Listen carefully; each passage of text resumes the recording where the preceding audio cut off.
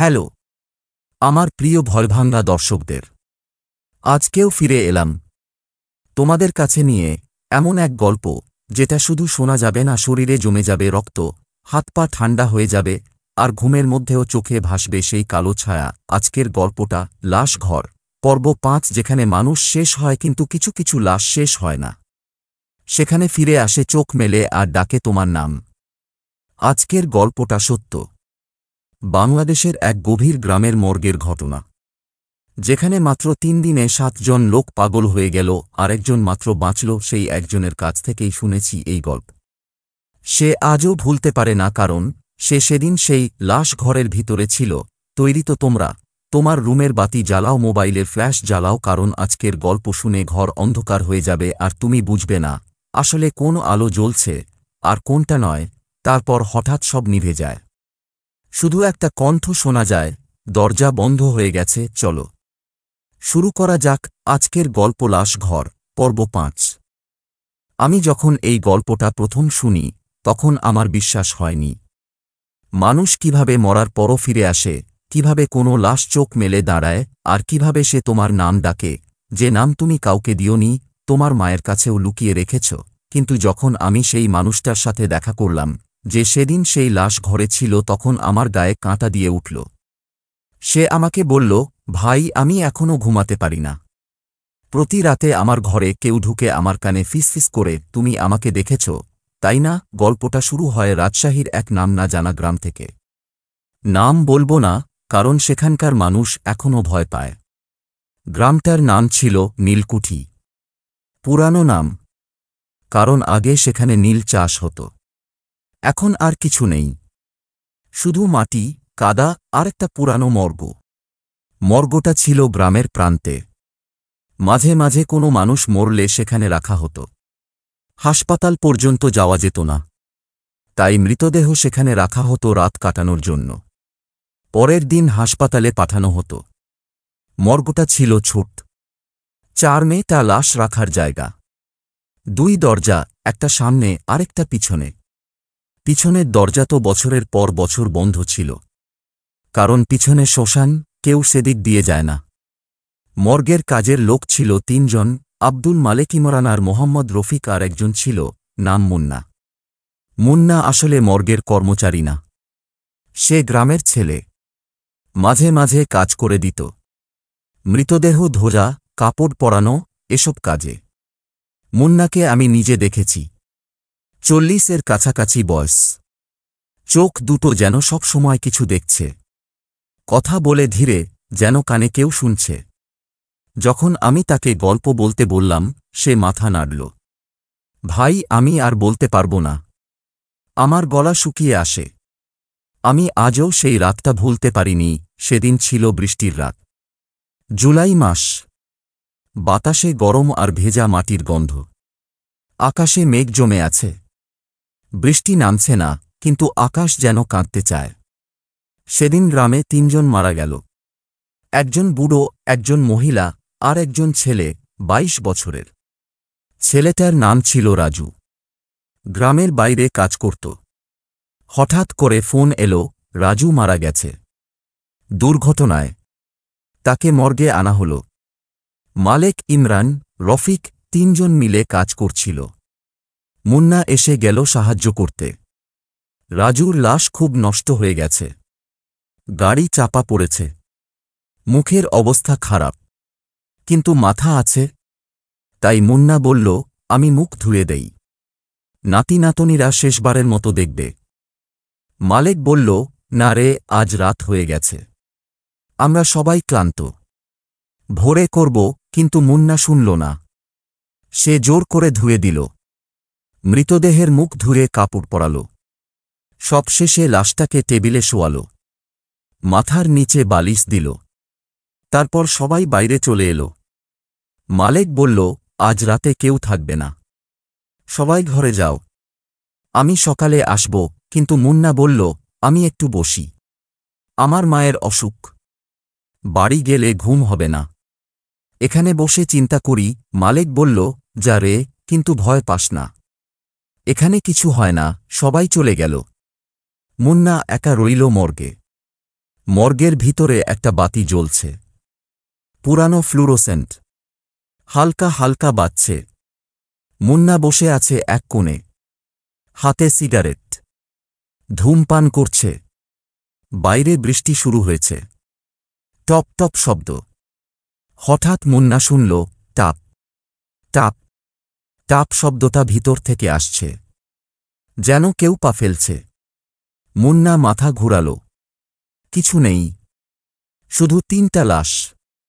রাজু, বুড়ো, মহিলা, সবাই টেবিলে শুয়ে। কে? বলল মুন্না। কোনো উত্তর নেই।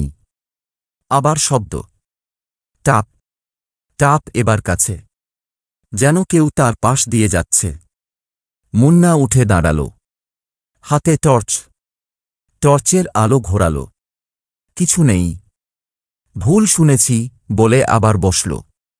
কিন্তু তার মনে হল রাজুর লাশটা আগে মাথা বালিশে রাখা ছিল, এখন মাথা একপাশে ঘুরে আছে, যেন কেউ ঘুরিয়েছে। মুন্না ভয় পেল না। সে ভাবল হয়তো টেবিল নড়ে গেছে। কিন্তু তারপর সে শুনল আরেকটা শব্দ, হুমম্ম, যেন কেউ ঘুম থেকে উঠেছে। মুন্না আবার টর্চ জ্বালাল, আলো ফেলল রাজুর দিকে। রাজুর চোখ খোলা। মুন্না চিৎকার করে উঠল না। সে চিৎকার করতে পারল না, গলা শুকিয়ে গেল, পা কাঁপছে। চোখ দুটো খোলা, কিন্তু সাদা, পুরো চোখ সাদা, কোনো কালো নেই। মুন্না পিছনে সরে গেল।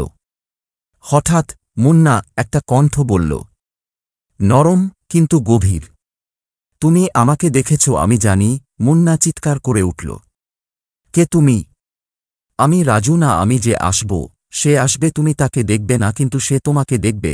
মুন্না দরজার দিকে ছুটল, কিন্তু দরজা বন্ধ। সে টান দিল, নড়ে না। পিছনে ফিরে তাকাল। রাজুর লাশ এখন বসে আছে, টেবিলের ওপর বসে আছে, চোখ সাদা, মুখ হাসছে না, কিন্তু হাসি আছে।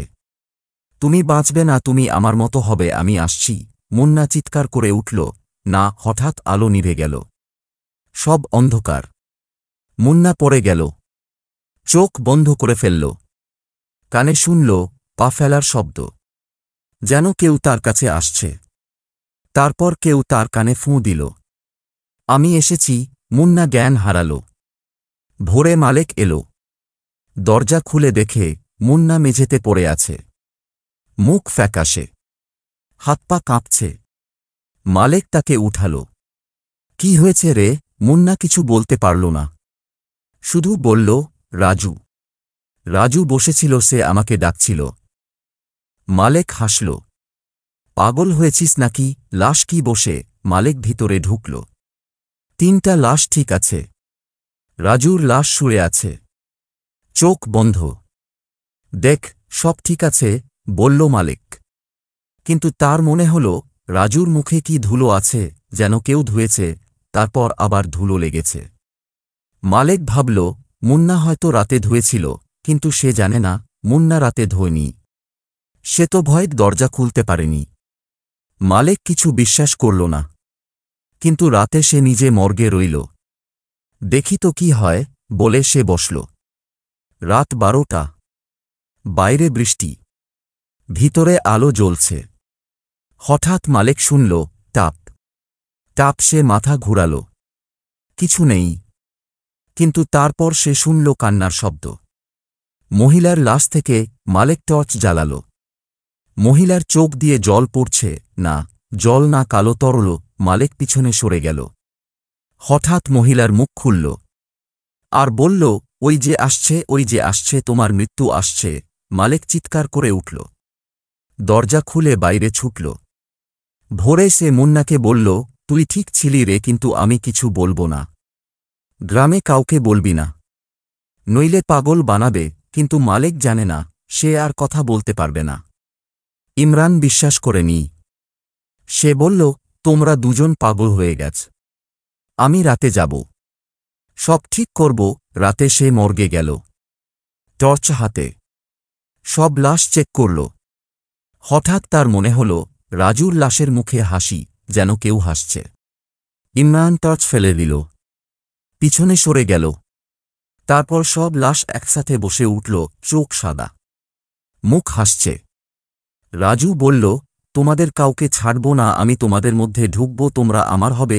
ইমরান দরজার দিকে ছুটল, কিন্তু দরজা বন্ধ। পিছনে ফিরে তাকাল, সব লাশ তার দিকে হাঁটছে। সে চিৎকার করল, কেউ শুনল না। ভোরে গ্রামবাসী দেখল ইমরান মর্গের ভিতরে ঝুলছে, গলায় রাশি বাঁধা, কিন্তু দেয়ালে কোনো আঁকড়ানো চিহ্ন নেই। মানে সে নিজে গলায় রাশি দেয়নি। রফিক ভয় পেয়ে গেল, সে মর্গে যাবে না। কিন্তু রাতে সে ঘুমাতে গেলে দেখল তার ঘরে রাজু বসে আছে। তুমি আমাকে দেখেছ, আমি তোমার সাথে আছি, রফিক চিৎকার করল। কিন্তু কেউ এলো না। পরের দিন সে পাগল হয়ে গেল। গ্রামে ঘুরে বলে, লাশ ঘরে কেউ নেই, কিন্তু তারা সবাই আছে, তোমরা দেখতে পাও না। মুন্না এখন বাঁচল, কিন্তু সে বলে, আমি বাঁচিনি, আমি মরে গেছি সেই রাতে। যে মুন্না এখন কথা বলছে সে আমি না, আমি তখনই মরে গেছি। আর যে আমার শরীর নিয়ে বেঁচে আছে সে অন্য কেউ। আমি তাকে জিজ্ঞেস করলাম, তুমি কি দেখেছিলে সেই রাতে? সে বলল, আমি দেখেছিলাম রাজু না, একটা আত্মা ছিল। সে বলেছিল, আমি কোনো লাশ না, আমি সেই যে আসবে। আমি মৃত্যুর আগে আসি, আমি মানুষকে প্রস্তুত করি। তারপর সে বলেছিল, তুমি বাঁচবে, কারণ তুমি আমাকে দেখেছ। আর যে আমাকে দেখে সে বাঁচে।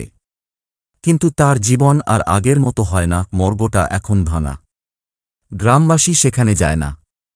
রাতে সেখান থেকে কান্নার শব্দ আসে। কেউ কেউ বলে, রাজুর আত্মা সেখানে আটকা পড়ে আছে, কিন্তু মুন্না বলে, সে রাজু না, সে কোনো মানুষ না, সে মৃত্যুর দূত। আর সে এখনও আসছে, প্রতি রাতে, প্রতি মর্গে, প্রতি লাশ ঘরে। তুমি যদি এই গল্প শুনে থাকো, তুমিও আমাকে দেখেছ। আর যে আমাকে দেখে সে বাঁচে, কিন্তু সে আর কখনো ভালো ঘুমাতে পারে না, কারণ সে জানে যে লাশ ঘরে কেউ নেই, কিন্তু তারা সবাই আছে। আজকের গল্প এখানেই শেষ, কিন্তু তোমার ভয় শেষ হয়নি, কারণ আজ রাতে তুমি ঘুমাবে আর হয়তো শুনবে টাপ টাপ শব্দ, যেন কেউ তোমার ঘরে ঢুকেছে। যদি এই গল্পটা তোমার ভালো লাগে তাহলে লাইক করো, শেয়ার করো আর সাবস্ক্রাইব করো আমার চ্যানেলে, কারণ আমি আসব আবার নতুন গল্প নিয়ে, নতুন ভয় নিয়ে। আর হ্যাঁ, আজ রাতে ঘুমানোর আগে দরজা চেক করো, কারণ হয়তো সে ইতিমধ্যে ভিতরে ঢুকে গেছে।